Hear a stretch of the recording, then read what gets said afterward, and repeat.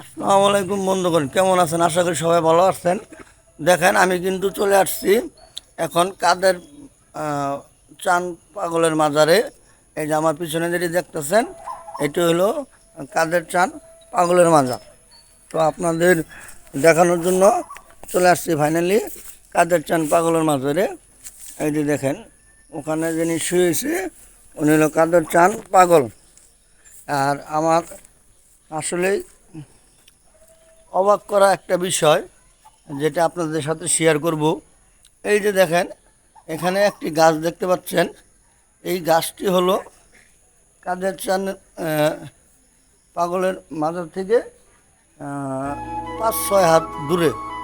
আর এই গাছ থেকে ওই যে আরেকটি গাছ দেখতে পাচ্ছেন, ওটি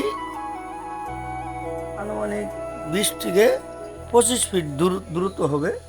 আবার ওই যে আরেকটি গাছ দেখতে পাচ্ছেন, ওটির দূরত্ব হয়তোবা আনুমানিক 20 থেকে 25 ফিট হবে। এটা আমার কাছে খুব ভালো লাগলো যে তিনটি গাছই আপনার গ্যাপ প্রায় সেম। আর এই যে এখানে শুয়ে আছে কাদের চান পাগল। তো ওনার জন্য দোয়া রইল, আপনারা ওনার জন্য দোয়া করবেন। এই যে, আর আপনারা যদি এখানে আসতে চান আসতে পারবেন। ঘাটাল নেমে আপনারা ঝরকা আসবেন, ঝরকা বাজার থেকে আকিরা সালার কথা বললেই দেখিয়ে দিবে পাগল চান মাজারে।